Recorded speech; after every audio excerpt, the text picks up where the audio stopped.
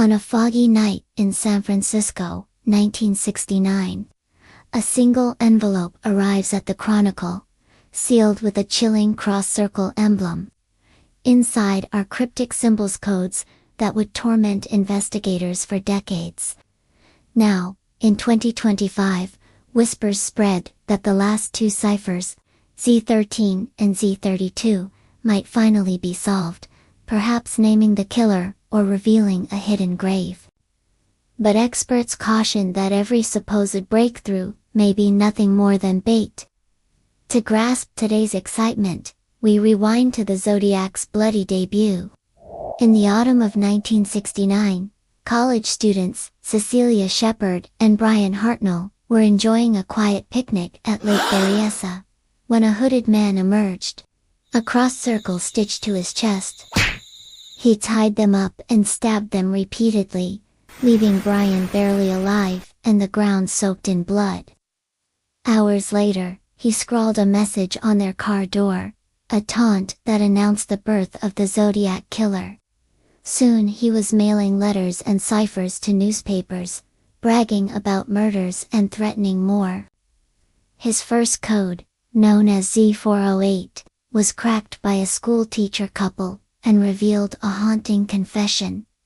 "I like killing because it is fun. Slaves in paradise." But two shorter ciphers, Z13 and Z32, proved far tougher.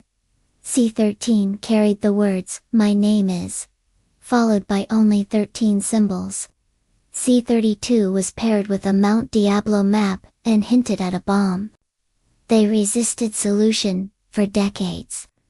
Even after the famous Z340 was finally broken, in 2020, by amateur cryptographers, using AI-assisted tools. In 2021, a French engineer, Fakel0i, tried a bold approach, applying the letter substitution patterns of the solved Z408. He claimed Z13, spelled Kayr, linking to a violent hospital worker named Lawrence K. And that Z32 hid coordinates near Mount Diablo, suggesting a burial site. The media buzzed, but veteran Zodiac researcher David Orenchuk pointed out that the statistical odds were microscopic and the patterns inconsistent. The FBI called it unconfirmed, and skepticism grew. Then, in early 2025, Seattle game designer and puzzle expert Chelsea McGinnis proposed an emotional map method.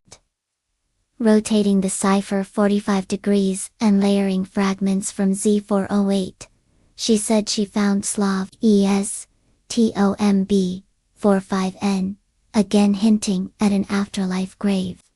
Reddit lit up with theories, while Orenchuk remained doubtful. Months later, mathematician and true crime host Dr. Ryan Garlick trained an AI on all known Zodiac ciphers, and claimed Z32 warned of a bomb buried at 37.8 N, 122.4 WE, a Cold War bunker close to Mount Diablo. Some readers found a second, more poetic message hidden in his method. "Life in waiting goes on by, let it die." The FBI again withheld confirmation, and no physical evidence turned up despite drone sweeps and volunteer searches.